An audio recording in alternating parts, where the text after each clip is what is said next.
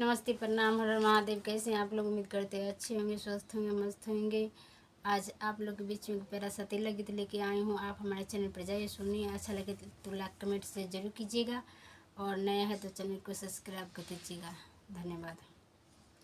के कर ऊँची महल आता जग मग करेला, के कर ऊँची लीला तिलक भला सोहेला, के कर ऊँची महलिया त जग मग करेला, के कर सुंदर लीला तिलक भला शोभेला। दशरथ के ऊँची महलिया त जग मग करेला, राम जी के सुंदर लीला तिलक भले सोहेला, राम जी के ऊँची लीला तिलक भला सोहेला।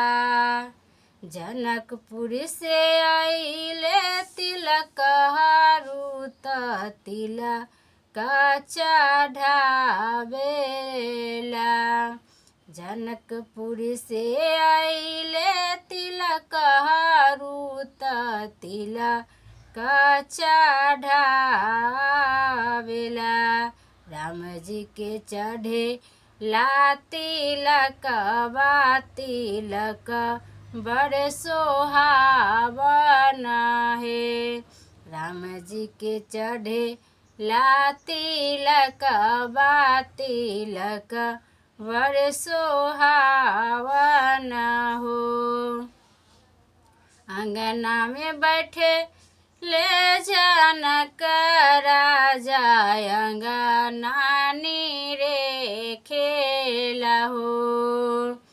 दशरथ के अंगना बड़ी छोटा तनिक नाही लागेला हो, दशरथ के आंगन बड़ी छोटा तनिक नाही लागेला हो।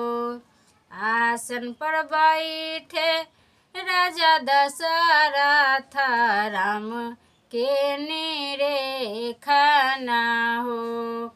आसन पर बैठे राजा दशरथ, राम के नीरे खाना हो। राम के तिलक आइले थोड़ा तनिक नाही लागेला हो, राम के तिलक आइले थोड़ा तनिक नाही लागेला हो।